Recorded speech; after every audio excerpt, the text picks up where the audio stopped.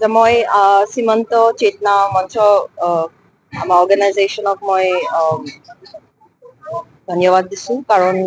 school হলিডেজৰ যি time আছে ল'ৰা ছোৱালীসকলৰ উইণ্টাৰ ব্ৰেকৰ সময়ত তেখেতসকলে এখন ক্ৰীড়া মহোৎসৱ অৰ্গেনাইজ কৰিছে আৰু আমাৰ বৰ্ডাৰ এৰিয়াজৰ বৰ্ডাৰ ভিলেজেছৰ ল'ৰা ছোৱালীসকলক এনেকে মানে পজিটিভলি এনগেজ কৰি ৰখা হলিডেজৰ টাইমত ধুনীয়াকে স্পৰ্টছ এক্টিভিটিজত এনগেজ কৰি ৰখাটো বহুত ভাল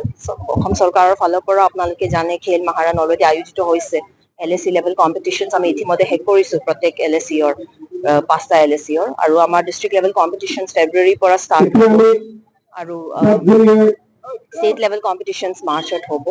চ' মই ভাবো যে এনেকে এক্টিভিটি কৰি থাকিলে মানে আমাৰ ডিষ্ট্ৰিক্টৰ কাৰণেও ভাল হয় ল'ৰা ছোৱালীসকলে পজিটিভলি এনগেজ থাকে আৰু